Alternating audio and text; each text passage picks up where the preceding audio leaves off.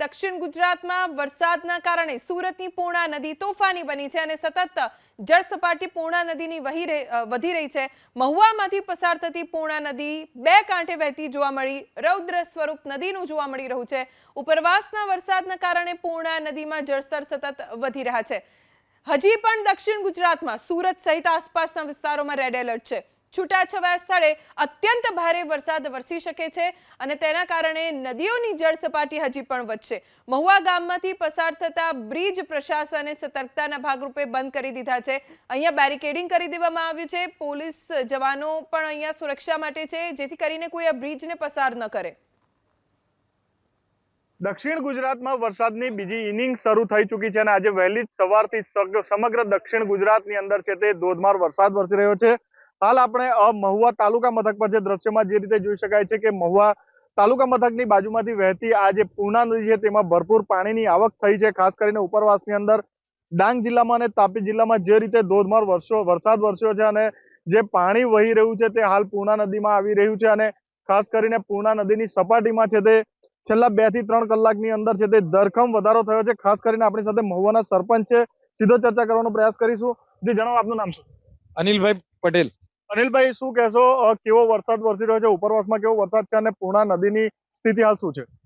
હાલના એ પરિસ્થિતિમાં જોતા આજે 12 વાગ્યાના આસપાસ નદીમાં પાણી આવવાનું ચાલુ થયું એટલે ઉપરથી બુવારી ને અંતાપુર ને ડાંગ થી જે અંગત માણસો ખરા તેમને પૂછવાથી કે તમારે ત્યાં 12-1 વાગે પાણી પુષ્કળ થશે ને હાલમાં જિલ્લા પંચાયત સભ્ય દિનેશભાઈ પણ હાજર છે ને અમે અમારા ગામના લોકો જે નીચાણવાળા વિસ્તાર છે, ઇસ્લામાપુરા છે, અટવાડા ફળિયું છે, ભૂતાળ ફળિયું છે, ત્યાંના લોકોને જાણ કરી દીધી છે ને એમના માટે હાલમાં મહુવા પ્રાથમિક શાળાનો હોલ પણ ખુલ્લો મૂકી દીધો છે ને એમને રાત દિવસ જમવાની કે એમની વ્યવસ્થા પણ અમે બધા ભેગા મળીને કરતા છે।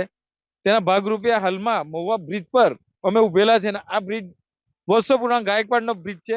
આના ઉપરથી અત્યાર સુધીમાં 8 થી 10 વખત પાણી વહી ગયા છે પણ હાલમાં આજનું પાણી જોતા એટલું બધું સ્પીડમાં આવે છે કે તાત્કાલિક ધોરણ ગામના લોકો પણ અચરજ પામી ગયા છે કે આ કઈ બહુ મોટી દુર્ઘટના નહીં થાય એવું અમે પ્રભુને પણ પ્રાર્થના કરીએ છીએ। આટલેથી થંભી જેવા જોઈએ પાણી, કારણ કે નાના મોટાના હાલમાં જ 15-20 દિવસ પહેલા પાણી આવ્યા હતા અને લોકોના ઘર વખરી છે તેમજ સામાન ને બધું જ ડૂબી ગયું છે અને ઘણું નુકસાન થયું છે।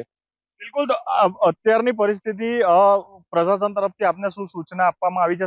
એક સરપંચ છો આપ, તો આપને સૂચના આપવામાં આવી હશે કે ઉપરવાસમાંથી કેટલું પાણી આવી રહ્યું છે અને કયા કયા વિસ્તારમાં પાણી ઘૂસી શકે એવી શક્યતા?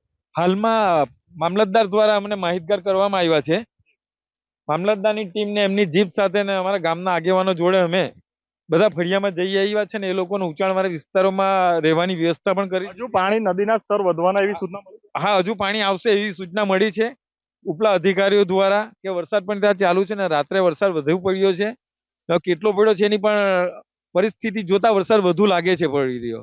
બિલકુલ, જિલ્લા પંચાયતના સભ્યો પણ આપણી સાથે છે। શું કહેશો, શું સૂચના પ્રશાસન તરફથી મળી? લગભગ 11:30 વાગ્યાની આજુબાજુ મારા પર નવસારીથી ફોન આવ્યો હતો કે પાણી આવે છે, પણ ત્યારે અમારી નદી બિલકુલ ખાલી હતી।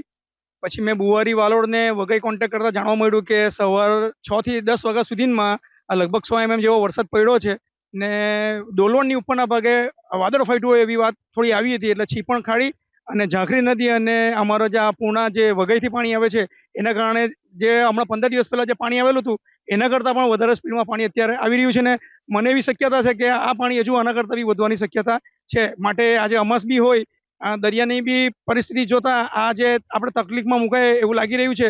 માટે પ્રશાસનના સાથે સહકારથી આ નીચાણવાળા વિસ્તાર ખાલી કરાવીને એમને સલામત સ્થળે ખસેડવાની કામગીરી ચાલુ કરવામાં આવી છે।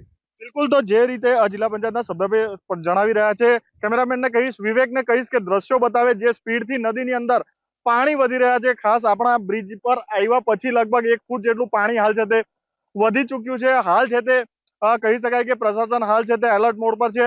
આ જે બ્રિજ છે તે હાલ છે તે બંધ કરી દેવામાં આવ્યો છે। પ્રશાસન દ્વારા બંને તરફથી બેરિકેડ મૂકી અને બ્રિજ બંધ કરી દેવામાં આવ્યો છે। ખાસ કરીને મહુવા મામલતદાર છે તે પણ રાઉન્ડ ધ ક્લોક છે તે આની ઉપર નજર રાખી રહ્યા છે। ખાસ કરીને હાલ છે તે અહીંથી પસાર થઈ રહ્યા છે। સીધો એમની સાથે ચર્ચા કરવાનો પ્રયાસ કરીશું કે શું પરિસ્થિતિ હાલ વરસાદની છે અને કઈ રીતની પરિસ્થિતિ છે, કેટલો વરસાદ વરસી રહ્યો છે।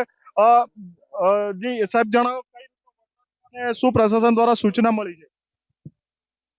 એમ તો ઉપરવાસમાં જે મહુવા તાલુકામાં વરસાદ થોડો ઓછો છે, પણ ઉપરવાસમાં જે પાણી સપાટી વધે છે ને એટલે એને લઈ અમે ગામના જે લોકોને થોડી સાવચેતીના પગલાં માટે તમામ ગામમાં જાણ કરી દીધી છે અને સાવચેતીના પગલાં અમે લઈ રહ્યા છીએ. હજુ પાણી વધવાની કેટલી શક્યતા છે નદીમાં? શક્યતા વરસાદ છે ઉપરવાસમાં એટલે શક્યતા તો છે પાણી વધવાની. બિલકુલ, તો ઉપરવાસમાં જે વરસાદ છે અને જેનું પાણી છે તે પૂર્ણા નદીની અંદર હાલ છે તે આવી રહ્યું છે. જળસ્તર જે પૂર્ણા નદીનું તે સતત વધી રહ્યું છે. નીચાણવાળા જે વિસ્તાર છે, જે ગામો છે, ઇસ્લામપુરા સહિતના જે ગામો છે તે લોકોને પણ હાલ સૂચિત કરી દેવામાં આવ્યા છે, એલર્ટ મોડ પર મૂકવામાં આવ્યા છે અને મહુવા જે તાલુકા મથક જે છે પૂર્ણા નદી કિનારેથી જે પસાર થઈ રહી છે ત્યાં નીચાણવાળા વિસ્તારના લોકોને પણ નદી કિનારે ન જવા હાલ છે તે સૂચના આપી દેવામાં આવી છે. ઇન્દ્રમલ શાહ, એબીપી અસ્મિતા, સુરત.